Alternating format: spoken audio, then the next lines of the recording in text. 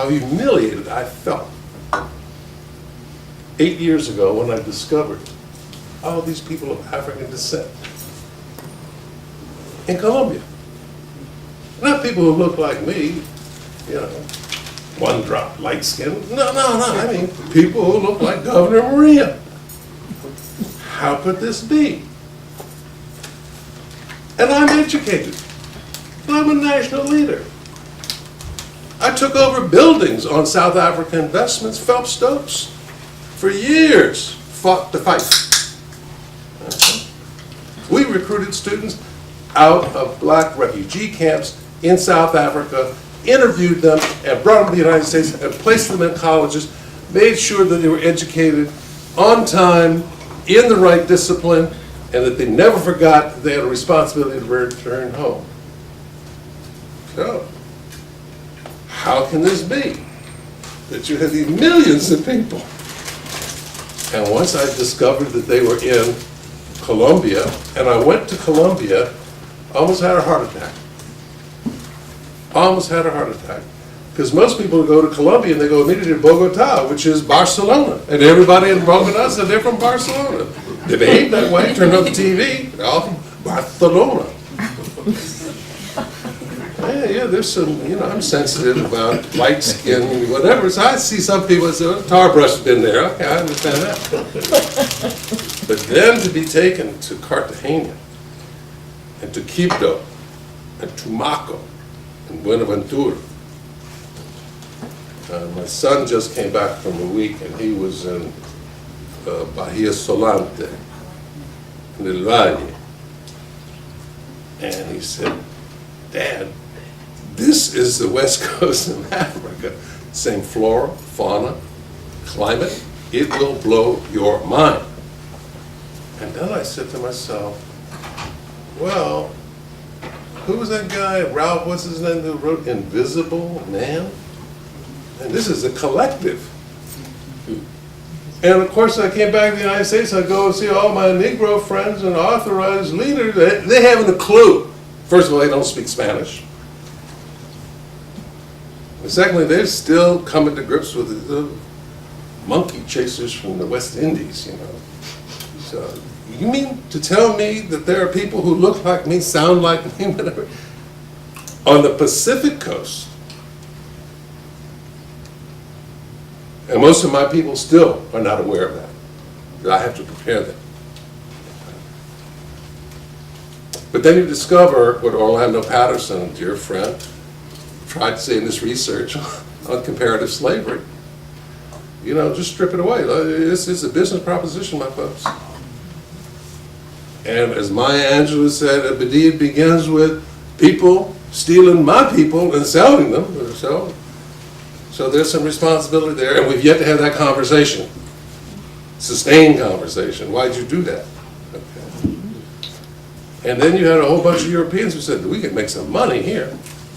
So let's continue to treat them as objects. And then they were as good as FedEx. So you go to Louisville. Louisville is a sophisticated logistics distribution system. Well, they had the same thing. You pick them up, you drop them off in Argentina, Brazil, but then they shipped a whole lot into Barbados and Cartagena and redistributed. And so once you all of a sudden start putting the pieces together, and you look at a place like Colombia, and that time Colombia was much larger, it was Panama, and all up and down. The distribution system worked because they needed the labor. And lo and behold, there they are. Okay.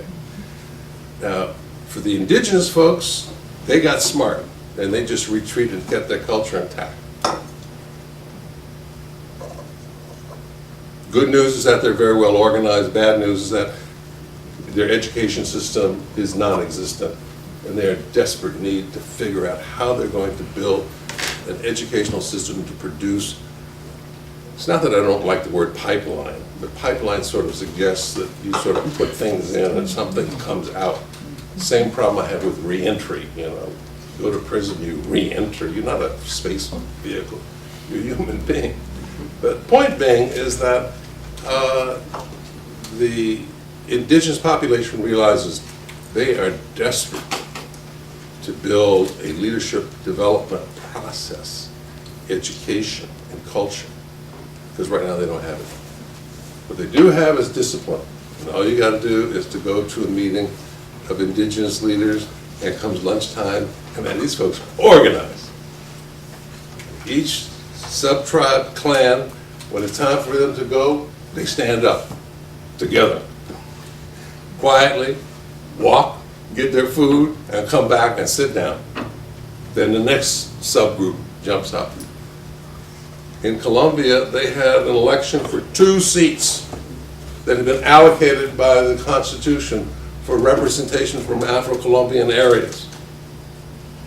You had 169 Afro-Colombians elect me. And the conclusion, they elected 2 white people to represent. Wow. Okay. And I'm being interviewed by the editor of, they have a magazine there where if you ever read Ebony, when you see Ibano, you immediately respond. Oh. And so the person who's the head of Ibano, Mr. Saud, I said, wouldn't it be possible, instead of 169 candidates, y'all could have just 5? Well, you know, we're very independent-minded. So the problem with one of the challenges confronting Afro-Colombians is you got to get your act together. And there lies the issue on what criteria. And that's where the issue of ethics becomes real.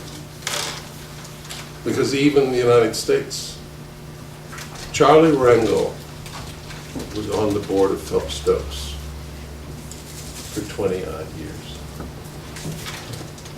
Close supporter. Do you know how it feels to see him dismantled, humiliated? It's a sad, sad day. And you can't simply say because it was enemies. No.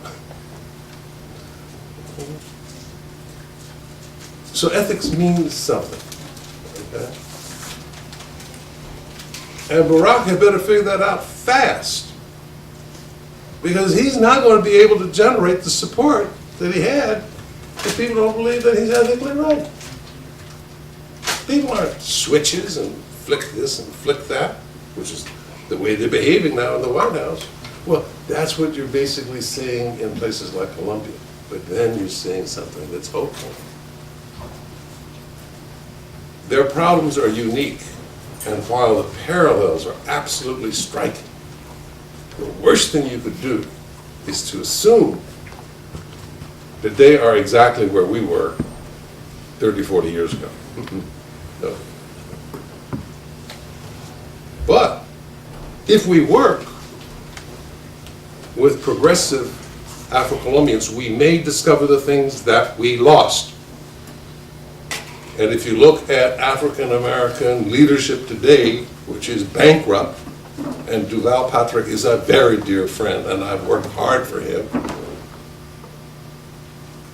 there's no ethical edge. There's no standard of values against which we will hold ourselves accountable on a continuing basis. It's not there. And when I turn on the television and I listen to commentators and pundits on the left and the right and black and white, shallow. Doesn't speak to the real crisis.